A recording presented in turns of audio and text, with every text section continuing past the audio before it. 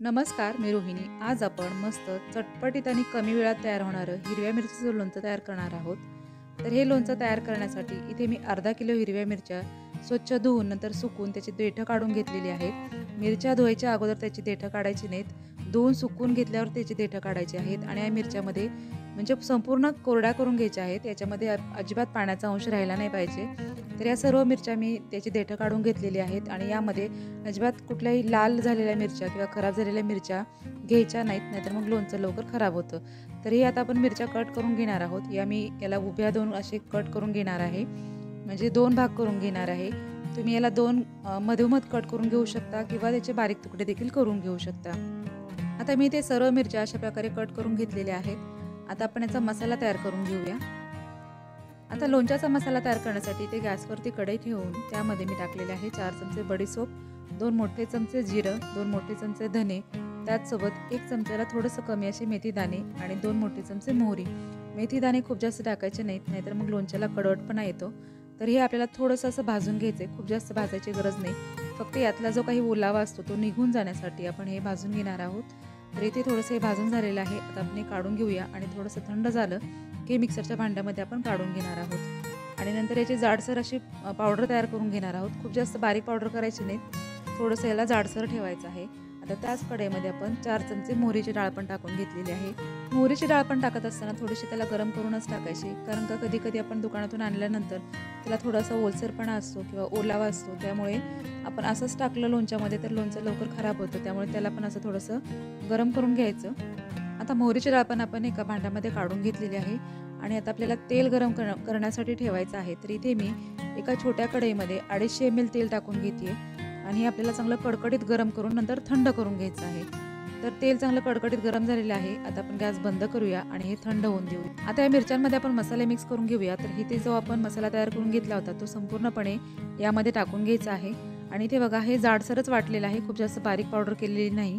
त्याचसोबत जी मोहरीची डाळ आपण भाजून घेतलेली होती ती पण टाकून घेते आणि याच्या टाकणार आहे आपण 2 चमचे बेडगी मिरची पावडर. यामुळे लोणच्याला रंग छान येतो, तिखट होत नाही. तर इथे टाकलेली आहे आपण 2 चमचे हळद आणि त्याचसोबत 3 चमचे आमचूर पावडर टाकलेली आहे. आमचूर पावडरमुळे लोणचं आपलं छान असं चटपटीत तयार होतं आणि हिरव्या मिरच्यांचा पण तिखटपणा कमी होण्यास मदत होते. तर इथे टाकणार होतं आपण 3 चमचे साधं मीठ आणि 1 चमचा काळं मीठ. काळ्या मिठामुळे पण लोणच्याला छान अशी टेस्ट येते आणि मिठाचं प्रमाण तुम्ही तुमच्या आवडीप्रमाणे कमी जास्त करू शकता. पण लोणचं तयार करत असताना मीठ थोडंसं जास्तच टाकलं जातं. तर आता आपल्याला मिक्स करायचं आहे. चमच्याने मिक्स करायला गेलं तर व्यवस्थित होणार नाही. त्यामुळे अशा प्रकारे यावरती झाकण ठेवायचं आणि टॉस करून घ्यायचं, म्हणजे जो मसाला असतो तो संपूर्णपणे मिरच्यांना लागला जातो. तर इथे बघा मिरच्यांना व्यवस्थित असा मसाला लागला गेलेला आहे. आता आपण याच्यामध्ये तेल टाकून घेणार आहोत. जे तेल आपण गरम करून थंड करून घेतलेलं आहे ते तेल आता याच्यामध्ये आपण संपूर्णपणे टाकून घेणार आहोत. तुम्हाला जर मसाला अशा प्रकारे याच्यामध्ये टाकायचा नसेल तर तेल थोडंसं कोमट असताना संपूर्ण मसाला तेलामध्ये टाकायचा आणि त्यामध्ये मिरची मिक्स करून घ्यायची. तर इथे संपूर्ण तेल आपण यामध्ये टाकून झाल्यानंतर हे व्यवस्थित असं मिक्स करून घेणार आहोत. तुम्हाला जर फक्त 1 पाव मिरचीचंच लोणचं तयार करायचं असेल तर मी ते जे साहित्य घेतलं त्याच्या निम्म साहित्य घेऊन तुम्ही लोणचं तयार करून घेऊ शकता. इथे मी संपूर्ण तिखट मिरच्या घेतलेल्या आहेत. तुम्हाला जर मिरच्यांचं लोणचं जास्त तिखट नसेल पाहिजे तर तुम्ही अर्ध्या मिरच्या ज्या असतात त्या जास्त तिखटवाल्या आणि अर्ध्या मिरच्या कमी तिखटवाल्या घेऊन हे लोणचं तयार करून घेऊ शकता. तर इथे आपण संपूर्ण मसाला यामध्ये मिक्स करून घेतलेला आहे आणि आता टाकते मी याच्यामध्ये 1 चमचा हिंग. ज्यावेळेस मसाला टाकायचा होता त्यावेळेसच हिंग टाकायचं होतं, पण विसरले होते, त्यामुळे मी आत्ता टाकते. आणि त्याचसोबत 50 ग्राम तेल अजून मी गरम करून थंड करून घेतलेलं आहे ते पण यामध्ये टाकून घेणार आहे. तेलाचं प्रमाण थोडं कमी वाटत होतं त्यामुळे मी अजून तेल यामध्ये टाकलेलं आहे. त्याचसोबत टाकणार आहे आपण 4 चमचे व्हिनेगर. व्हिनेगर टाकल्यामुळे लोणचं लवकर खराब होत नाही. व्हिनेगर नसेल तर तुम्ही इथे 4 चमचे लिंबाचा रस देखील टाकू शकता. तर आता हे व्यवस्थित असं मिक्स करून घेणार आहोत. तेल तुम्हाला जर कमी वाटत असेल तर तुम्ही अजून यामध्ये टाकू शकता. तर आता हे आपण मिरच्या आणि मसाला व्यवस्थित असं मिक्स करून घेणार आहोत. आता मसाला मिरच्यांमध्ये व्यवस्थित असा मिक्स झालेला आहे. आपलं हे मिरचीचं लोणचं तयार झालेलं आहे, पण खाण्यासाठी तयार नाही. खाण्यासाठी तयार होण्यासाठी याला 2-3 दिवस लागणार आहे.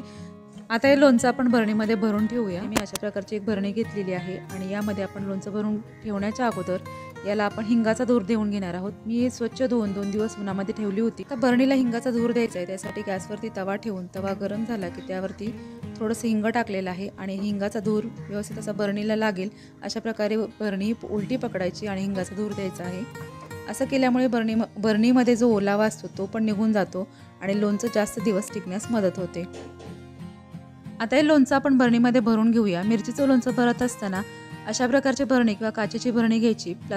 प्लास्टिकची बरणी किंवा स्टीलचा डबा घ्यायचा नाही, नाहीतर मग त्यामध्ये लोणचं लवकर खराब होतं। तर आता हे लोणचं आपण 2 दिवस उन्हात ठेवून घेणार आहोत आणि मधून याला चमच्याने व्यवस्थित असं मिक्स करून घ्यायचं, म्हणजे खाली जे तेल आहे ते मिरच्यांमध्ये व्यवस्थित असं मिक्स झालं पाहिजे। तर जेव्हा तुम्ही लोणचं घेता त्यावेळेस लोणचं घेत असताना पण किंवा मिक्स करत असताना कोरडा चमचा यामध्ये टाकायचा आहे, ओलसर चमचा टाकायचा नाही, नाहीतर मग लोणचं लवकर खराब होतं। आता या भरणीला झाकण लावून नंतर यावरती कापड बांधून उन्हामध्ये ठेवून देणार आहे। तर अशा प्रकारे छोट्या टिप्स वापरून जर तुम्ही लोणचं तयार केलं तर तुमचं लोणचं टेस्टी पण होईल आणि संपेपर्यंत खराबसुद्धा होणार नाही। तर अशा प्रकारे खूप मस्त टेस्टी असं आपलं लोणचं तयार झालेलं आहे। आणि हे बघा, हे तुम्हाला मी 2 दिवसानंतरचं लोणचं दाखवते। जे तेल होतं ते संपूर्णपणे वर येतं आहे आणि मिरची त्यामध्ये मुरण्यास सुरुवात झालेली आहे। तर आपलं हे लोणचं खाण्यासाठी तयार झालेलं आहे।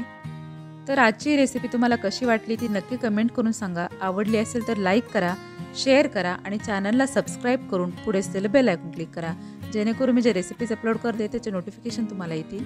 आजची रेसिपी पाहिल्याबद्दल धन्यवाद।